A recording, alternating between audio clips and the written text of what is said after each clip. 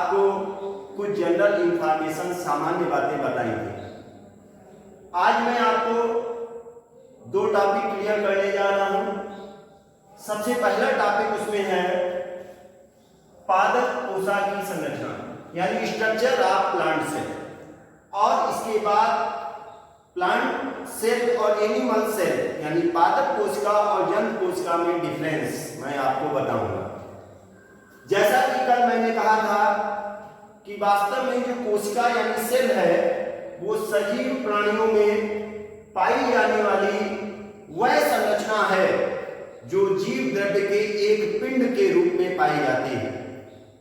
अगर हम उसके भागों के बारे में देखें कि एक सजीव कोशिका में, पादप कोशिका में सामान्यतः कौन से भाग पाए जाते हैं, तो सबसे पहले ये पादप कोशिका का स्ट्रक्चर यानी संरचना आपको दिखाया गया है।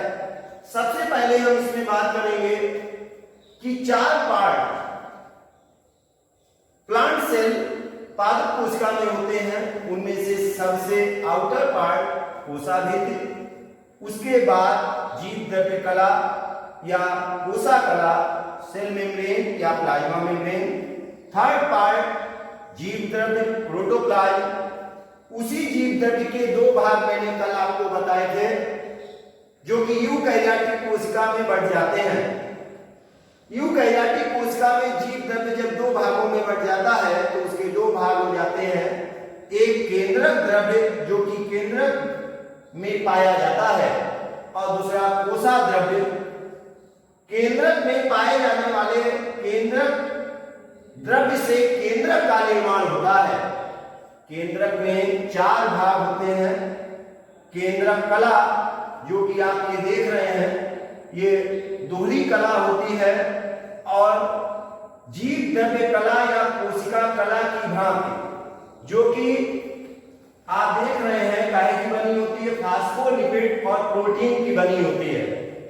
यानी केंद्रक कला भी फास्फोलिपिड और प्रोटीन की बनी दोहरी कला होती है। उसके बाद इस दोहरी कला में अनेक छिद्र पाए जाते हैं जिनको केंद्रक छिद्र कहते हैं। इन केंद्रक छिद्रों के द्वारा ही केंद्रक कला के बाहर जो कोशा द्रव्य है और केंद्रक कला के अंदर जो केंद्रक द्रव्य है उसके बीच विभिन्न पदार्थों के आवागमन की क्रिया संपन्न होती है। तीसरा जो पार्ट है केंद्रक का केंद्रिका।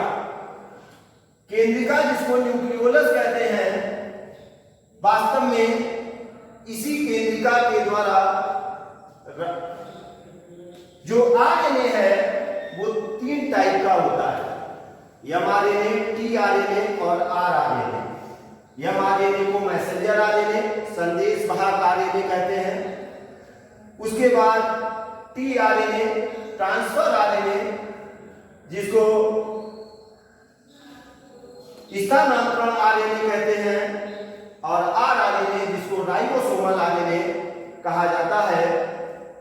उनमें से जो एमआरएनए और टीआरएनए है उसका निर्माण केंद्रक में पाए जाने वाले क्रोमेटिन धागे से होता है, और ये क्रोमेटिन धागे यूकैरियोटिक कोशिका में डीएनए और इसके साथ हिस्टोन प्रोटीन उसके बने होते हैं, जबकि प्रोकैरियोटिक कोशिका में पाए जाने वाले आनुवंशिक पदार्थ के साथ यानी डीएनए के साथ हिस्टोन प्रोटीन संबद्ध नहीं होती। पादप कोशिका, जैसा कि मैंने आपको पहले बताया कि ये यूकैरियोटिक कोशिका है, और यूकैरियोटिक में आनुवंशिक पदार्थ यानी जो डीएनए होता है जो क्रोमेटिन धागे के रूप में पाया जाता है। आगे इसी क्रोमेटिन धागे से चलकर गुणसूत्र या क्रोमोसोम्स का फॉर्मेशन होता है जो कि डीएनए और हिस्टोन प्रोटीन के बने होते हैं। तो ये 4 पार्ट केंद्रक के, केंद्रक कला, केंद्रक द्रव्य, केंद्रिका और क्रोमेटिन धागे, ये आपको सेंटर में दिखाई दे रहे हैं। जैसा कि केंद्रक, केंद्रक कला, इसके अंदर केंद्रक द्रव्य, क्रोमेटिन धागे और केंद्रिका, ये 4 भागों से मिलकर पूरे केंद्रक का निर्माण होता है। जीव द्रव्य का दूसरा भाग जो मैंने बताया कोशिका द्रव्य। जीव दंड का वह सभी भाग जो केंद्रक कला के बाहर होता है और जिसमें अनेक कोशिकांग जैसा कि नाम से क्लियर है, कोशिका में पाए जाने वाले अंग जिनको कोशिकांग कहा जाता है, सेल ऑर्गेनेलिज कहा जाता है, वो सभी पाए जाते हैं। हमने आपको बहुत ही मुख्य कोशिकांगों के बारे में यहाँ पे बताया है। उनमें से जो पहला कोशिकांग है माइटोकॉन्ड्रिया, ये श्वसन की क्रिया में भाग लेता है और ऊर्जा उत्पादन की क्रिया को संपन्न करता है, जिसको कोशिकीय श्वसन कहा जाता है। दूसरा जो कोशिकांग है गाल्गी काय, जिसको गाल्गी कॉम्प्लेक्स कहते हैं, ये विभिन्न पदार्थों के श्रावण अर्थात सिक्रीशंस की क्रिया का संपादन करता है। तीसरा जो पार्ट है एंडोप्लाज्मिक रेटिकुलम, अंतःप्रद्रव्य जालिका। यह अंतःप्रद्रव्य जालिका जो विभाजित होने वाली कोशिकाएं यानी विभज्योत की कोशिकाएं होती हैं, उनमें ये बाह्य केंद्रक कला से जीव दंड कला तक कोशिका द्रव्य में नलिकाओं के रूप में एक जाल बना लेती है, जिसको अंतःप्रद्रव्य जालिका या अंतःद्रव्य जालिका कहा जाता है। नलिकाओं का बना ये जाल पूरे कोशिका द्रव्य में फैला रहता है और ये कोशिका द्रव्य को दृढ़ता अर्थात मैकेनिकल स्ट्रेंथ प्रदान करता है। अंतःप्रद्रव्य जालिका राइबोसोम्स की उपस्थिति के आधार पर दो प्रकार की होती है।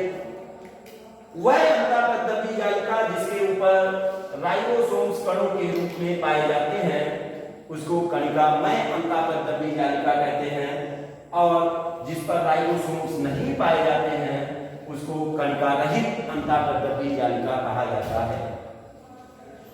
उसके अलावा चौथा कोशिकांग है जिसको राइबोसोम्स कहते हैं, ये ऐसा कोशिकांग है जिसपे कला का आवरण नहीं होता, अर्थात कलाविहीन कोशिकांग राइबोसोम्स कहलाते हैं। ये दो टाइप के होते हैं, 70S टाइप राइबोसोम और 80S टाइप राइबोसोम। 70S और 80S टाइप जो राइबोसोम, इसमें जो यस को दिखाया गया है, ये यस होता है सेडिमेंट्री कोएफिशिएंट, जिसको अवसादन गुणांक कहा जाता है। अर्थात अवसादन गुणांक के आधार पर राइबोसोम्स दो टाइप के हैं, 70S और 80S। चूंकि पादप कोशिका यूकैरियोटिक कोशिका है, उसमें 80S राइबोसोम्स पाए जाते हैं, जबकि प्रोकैरियोटिक कोशिका में 70S राइबोसोम्स पाए जाते हैं। परंतु अपवाद स्वरूप यूकैरियोटिक कोशिका में पाए जाने वाले दो कोशिकांग, जैसा कि हमने आपको दिखाया है माइटोकॉन्ड्रिया और हरित लवक क्लोरोप्लास्ट, इनमें अपने खुद का डीएनए और खुद के राइबोसोम्स होते हैं। यद्यपि ये दोनों कोशिकांग यूकैरियोटिक कोशिका में ही पाए जाते हैं, प्रोकैरियोटिक कोशिका में नहीं होते, लेकिन इन दोनों कोशिकांगों में अगर हम राइबोसोम्स की बात करें तो प्रोकैरियोटिक कोशिका वाले ही अर्थात 70S टाइप के ही राइबोसोम्स होते हैं, और बाकी 80S राइबोसोम्स जो हैं वो कहाँ पाए जाते हैं? या तो वो स्वतंत्र रूप से कोशिकाद्रव्य में पाए जाते हैं, या वो अंतःप्रद्रव्य जालिका की नलिकाओं की सतह पर बंधे हुए पाए जाते हैं। चौथा कोशिकांग जो पादप कोशिका की बहुत ही बड़ी विशेषता है, लवक, जिनको प्लास्टिड्स कहा जाता है। जंतु कोशिका में ये लवक नहीं होते हैं और ये तीन टाइप के होते हैं, अवर्णी लवक ल्यूकोप्लास्ट, वर्णी लवक क्रोमोप्लास्ट और हरित लवक क्लोरोप्लास्ट। इनमें से जो अवर्णी लवक है वो रंगहीन होते हैं, अर्थात कलरलेस होते हैं, और भूमिगत जड़ और तने में मुख्यतः पाए जाते हैं और मुख्य रूप से भोजन संग्रह या फूड स्टोरेज का काम करते हैं। दूसरा कि वर्णी लवक हरे रंग को छोड़कर जितने भी कलर प्लांट कोशिका में पाए जाते हैं वो सब वर्णी लवक के द्वारा ही प्रदान किए जाते हैं। और ये वर्णी लवक मुख्यतः फल और फूलों की कोशिकाओं में पाए जाते हैं। फल और फूलों का विभिन्न रंग हरे रंग को छोड़कर वर्णी लवक के द्वारा ही प्रदान किया जाता है। और इनका जो मुख्य कार्य है परागण यानी पॉलिनेशन और प्रकीर्णन यानी डिस्पर्सन। फल और बीजों के प्रकीर्णन और परागकणों में परागण की क्रिया के लिए ये वर्णी लवक सहायता प्रदान करते हैं। इसके अलावा तीसरा जो लवक है हरित लवक, ये मुख्यतः पौधे के उन्हीं कोशिकाओं में पाया जाता है जो हरे रंग की होती हैं, अर्थात तने में पाई जाने वाले हरित ऊतक जिनको क्लोरेनकाइमा कहते हैं, और पत्ती में पाए जाने वाली पर्णमध्योतक कोशिकाएं जिनको मीसोफिल सेल्स कहते हैं। इन्हीं दोनों कोशिकाओं में हरित लवक यानी क्लोरोप्लास्ट पाए जाते हैं। और जहां हरित लवक की उपस्थिति होती है वहां की कोशिकाएं स्वयं क्लोरोफिल की उपस्थिति के कारण प्रकाश की उपस्थिति में अपना भोजन स्वयं बना सकती हैं। अर्थात पादपों में यानी प्लांट सेल में सबसे बड़ी विशेषता ये होती है कि वह स्वयंपोषी होती हैं, अर्थात क्लोरोप्लास्ट की उपस्थिति के कारण अपना भोजन स्वयं बना सकती हैं।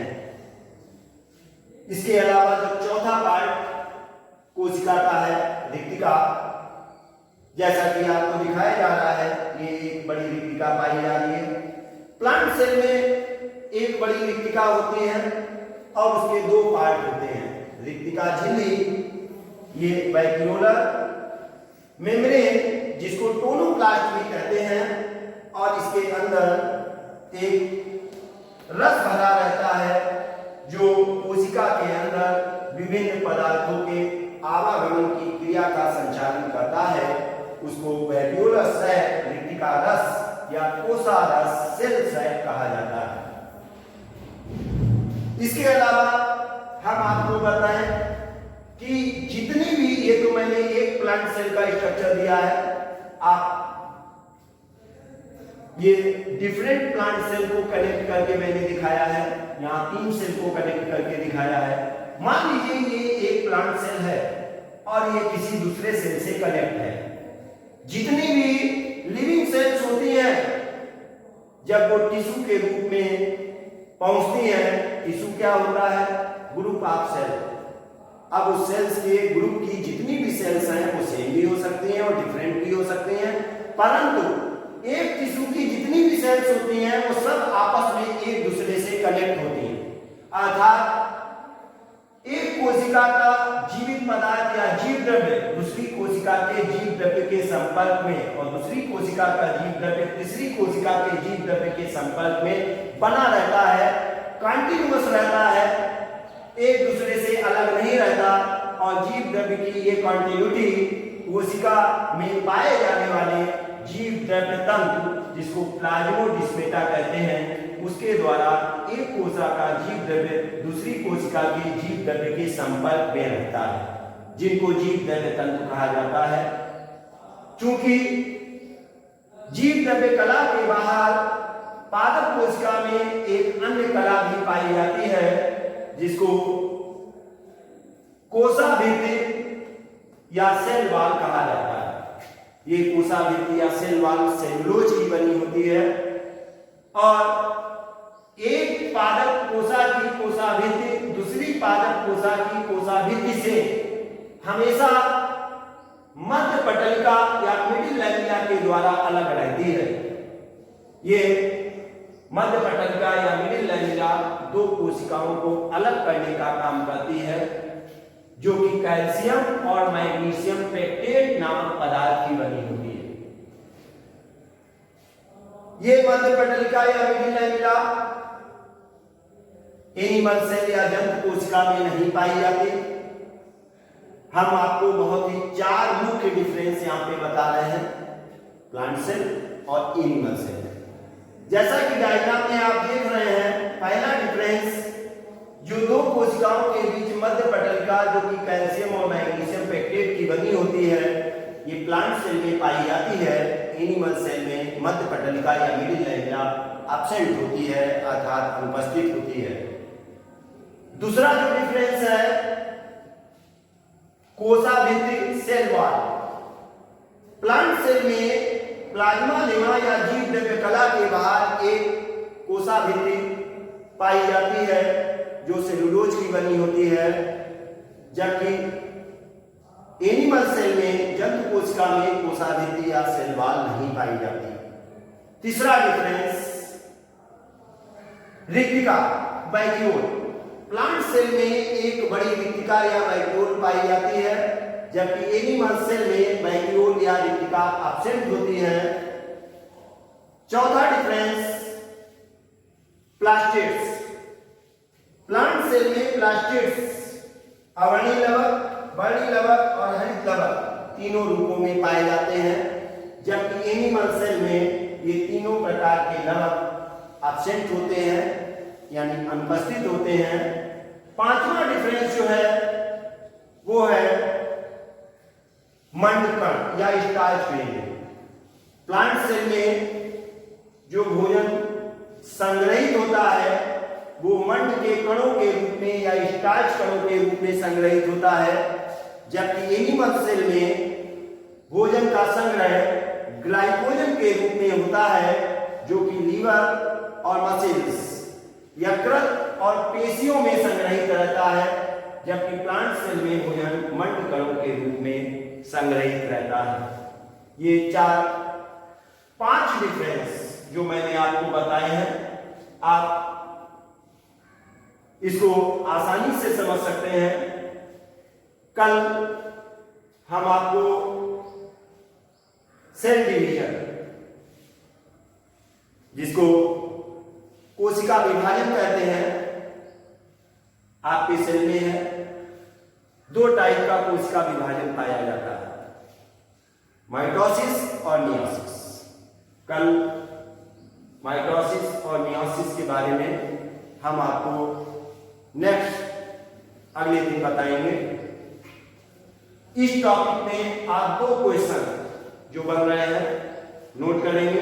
पहला जो क्वेश्चन है, पादप कोशिका यानी प्लांट सेल की संरचना का सचित्र वर्णन आपको अपनी कॉपी में नोट करना है। और दूसरा, पादप कोशिका, प्लांट सेल और एनिमल सेल में पाए जाने वाले 5 डिफरेंस, मुख्य अंतर आपको अपनी कॉपी में नोट करने हैं। आज का टॉपिक हम यहीं पर समाप्त करते हैं। धन्यवाद।